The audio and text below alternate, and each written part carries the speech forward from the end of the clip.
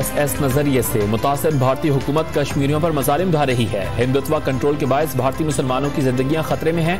दुनिया में तनाजात का बड़ा हिस्सा मुस्लिम ममालिक में मौजूद है। वजीर खारजा शाह महमूद कुरैशी ने मशरक और मगरब में कशीदगी आलमी अमन के लिए खतरा करार दे दी।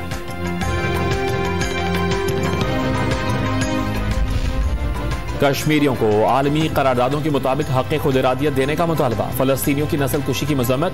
यमन में खूनरेजी फौरी बंद होनी चाहिए। सेक्रेटरी जनरल OIC का सऊदी अरब पर हौसी हमले भी काबिल मजम्मत करार दे दिए। मुस्लिम बरादरी पर इंसानी हुकूक के लिए काम करने पर जोर।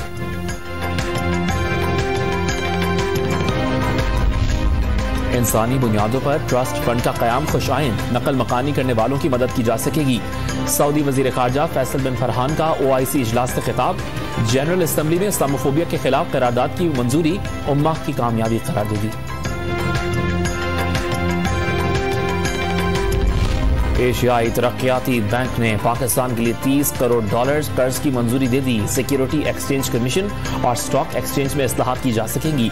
रकम कैपिटल मार्केट में सरमाकारी बढ़ाने के लिए इस्तेमाल की जाएगी।